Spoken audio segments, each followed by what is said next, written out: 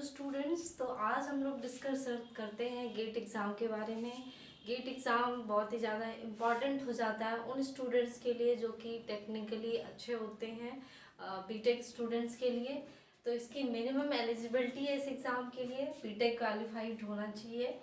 And उसके लिए criteria भी है कि आप अगर बीटेक थर्ड ईयर में हैं या फोर्थ ईयर में हैं तो आप अप्लाई कर सकते हैं इस एग्ज़ाम के लिए।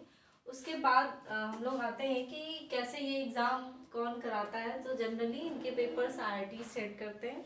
तो इस बार का जो गेट 2022 है आईआईटी खड़गपुर सेट करेगा।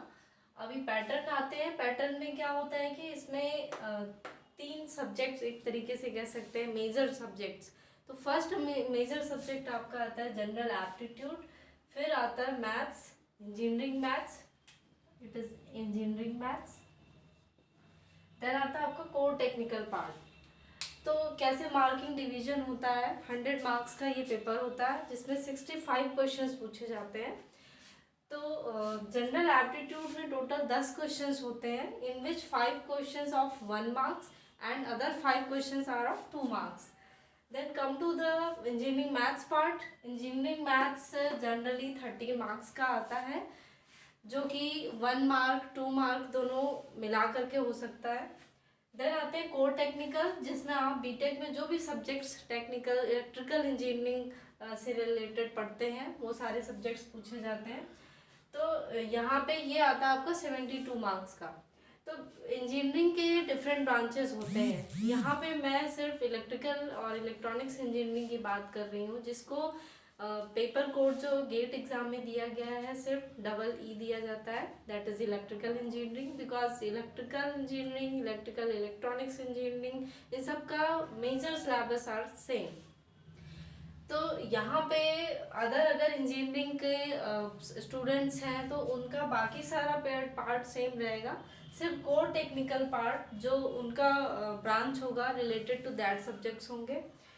अब इसकी कैसे हमें प्लानिंग करनी है कि गेट एग्ज़ाम पहले तो अभी इस समय ज़्यादा टफ हो गया है, बिकॉज यहाँ पे कट ऑफ कुछ ईयर्स से ज़्यादा हाई जाता है। दैट मीन्स कि 30 नंबर, 35 नंबर या 39 नंबर तक, इतना तक कट ऑफ जाता है। तो आपको क्या करना है कि ये आप मान के चलो कि you have to get till 60 और 60 अबव मार्क्स।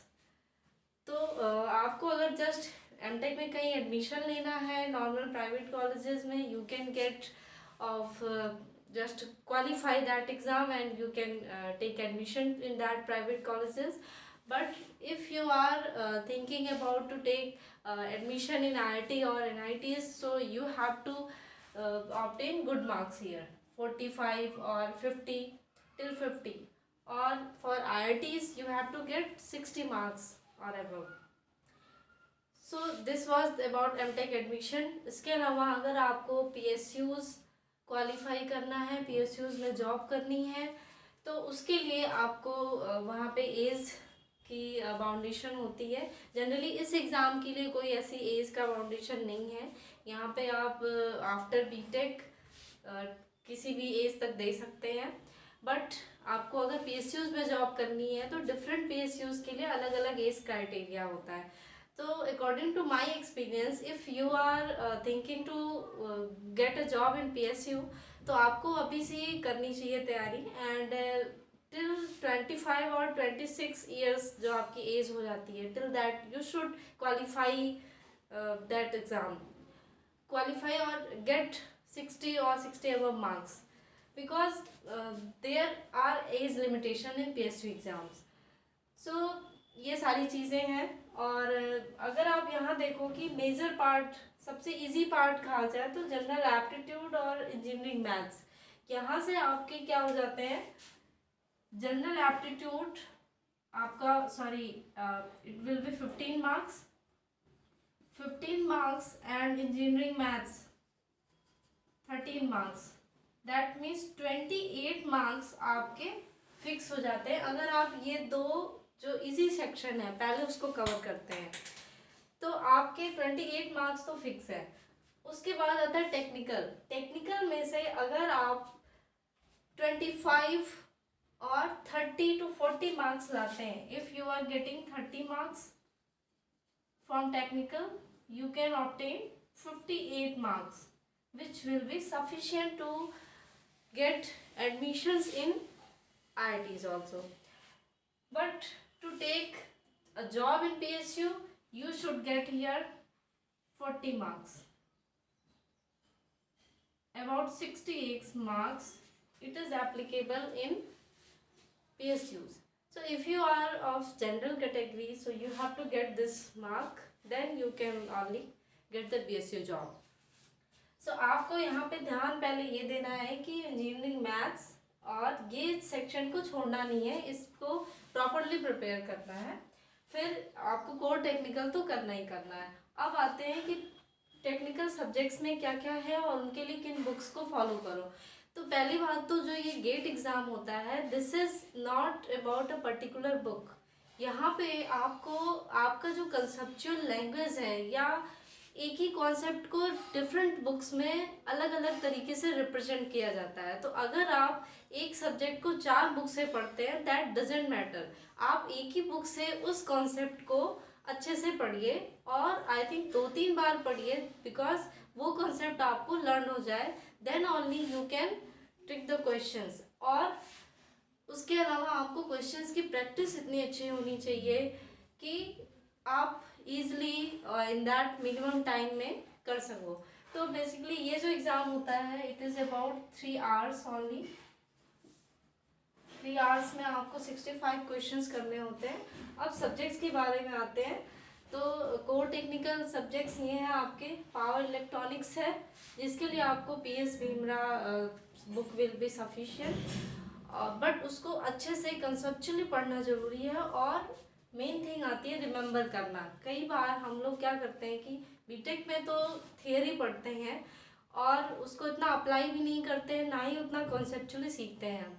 सो यहाँ ज़रूरी हो जाता है कि आपको कंसेप्चुअली उस चीज़ को पढ़ना है और लर्न करना है. You should note down that thing जो कि आपको कॉन्सेप्ट लग रहा हो, या ऐसे कॉन्सेप्ट जो पहले पेपर में पूछे जा चुके हों, उसको आपको प्रॉपरली नोट डाउन करना है, लर्न करना है. तो PS Bhimra book will be sufficient. For measurement you can follow AK Sawhney book. Then control system IG Nagrath and Gopal. फिर आता है आपका पावर सिस्टम. पावर सिस्टम के लिए CL वाधवा और दोनों ही फॉलो कर सकते हैं, CL वाधवा और नागराथ कोठारी. देन मशीन की बात आती है. मशीन के लिए PS भीमरा और BL थरेजा आती है बुक. तो मैक्सिमम जो बुक्स इसमें मैंने लिखी हैं, that books are available on internet. PDF form में है भी इसमें काफ़ी सारी बुक्स. तो अगर जिनके पास वैसे बुक्स नहीं हैं, आपके पास लैपटॉप है, तो आप डाउनलोड करके वहाँ से भी पढ़ सकते हैं, वहाँ से भी रिवाइज कर सकते हैं. नोट डाउन करना होगा बट आपको वहाँ पे, क्योंकि बुक्स से पूरा आप अच्छे से पढ़ सकते हैं, बट लैपटॉप में थोड़ा टाइम लगता है. तो मशीन्स के लिए आप ये BL थरेजा थोड़ा इजी लैंग्वेज में लिखी हुई है और समझ सकते हो आप. PS भीमरा काफ़ी अच्छी बुक है, बिकॉज उसमें कंसेप्ट अच्छा है और क्वेश्चंस वगैरह अच्छे दिए हुए हैं. फिर आते हैं सिग्नल सिस्टम. इसके लिए Oppenheim is okay.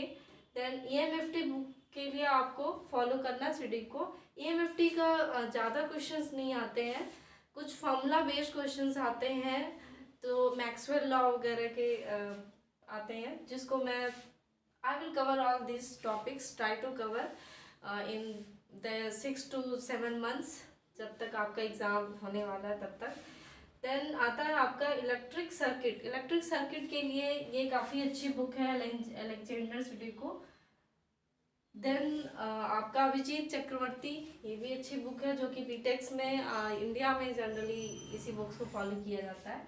Engineering maths के लिए आपका BS ग्रोवर. इन दोनों में से कोई भी एक बुक ले सकते हैं. अगर आपको कोई टॉपिक एक बुक से नहीं समझ आ रहा है या उसका कॉन्सेप्ट डिफ़िकल्ट लग रहा है, तो आप दूसरी बुक को सिलेक्ट कर सकते हैं. देन एनालॉग इलेक्ट्रॉनिक्स के लिए this MH Rashid is okay. इससे भी बहुत ज़्यादा क्वेश्चंस नहीं पूछे जाते हैं. डिजिटल इलेक्ट्रॉनिक्स, इससे भी बहुत ज़्यादा क्वेश्चन नहीं होते हैं. तो इसके लिए RP जैन या मॉरिस मैनो फॉलो कर सकते हैं आप, बिकॉज ये थोड़ा इलेक्ट्रॉनिक्स का पार्ट आ जाता है, तो इसलिए ऐसे स्टूडेंट्स जो सिर्फ कोर इलेक्ट्रिकल ब्रांच के लिए, उनके लिए ये सब उतना ज़्यादा नहीं पूछा जाता है। देन आता है आपका ये quantitative aptitude and verbal aptitude. Quantitative aptitude basically जो कैट एग्ज़ाम में पूछा जाता है, जिसकी बुक है ये अरुण शर्मा और RS अग्रवाल, दोनों फॉलो कर सकते हैं। तो most of the questions Arun Sharma या जो कैट एग्ज़ाम जो बच्चे प्रिपेयर करते हैं उनको जो सिलेबस दिया जाता है या उनको जो चीज़ें पढ़ाई जाती हैं, लगभग कुछ ना कुछ वहीं से पॉइंट लिए जाते हैं। एंड वर्बल एप्टीट्यूड तो आप जो डेली न्यूज़पेपर पढ़ते हैं, आपकी इंग्लिश ग्रामर कैसी है एंड सेंटेंस यूज़ होते हैं, वोकैबलरी कैसी है, उस टाइप की चीज़ें आपको पूछी जाती हैं, जिसमें आप इस बुक को भी फॉलो कर सकते हैं। उसके अलावा आप न्यूज़पेपर जो डेली पढ़ते हैं उसमें भी आप पढ़ते रहेंगे, then you can do this question. तो ये रहा आपका पूरा सिलेबस। तो students, I am going to start planning to prepare this exam. So आप लोगों को मैं काफ़ी हेल्प करना चाहूँगी क्वेश्चंस करके, और प्रीवियस ईयर में क्या क्वेश्चंस आए हैं, या ऐसे टॉपिक्स जो आप खुद से ऐसे नहीं समझ सकते, उसमें ऑब्वियसली एक टीचर की ज़रूरत होती है। और it's not a easy exam. काफ़ी चीज़ें हम बीटेक में इतना नहीं अच्छे से समझाया जाता है, और ना ही हमारा माइंड इतना मेकअप होता है कि उन चीज़ों को समझ सकें। तो दैट्स वाई अब आप जब एक एग्ज़ाम को फॉलो कर रहे हैं अकॉर्डिंग टू दैट सिलेबस, वो सारी चीज़ें आपको अच्छे से पढ़नी होंगी। तो one by one I will try to cover these subjects, maximum points I will cover. So all the best students. आप लोग मेरे वीडियोस को देखें, और जो भी आपको प्रॉब्लम्स आए आप मुझे कांटेक्ट भी कर सकते हैं, या क्वेश्चंस भी पूछ सकते हैं मेरे चैनल पे। So thank you, welcome.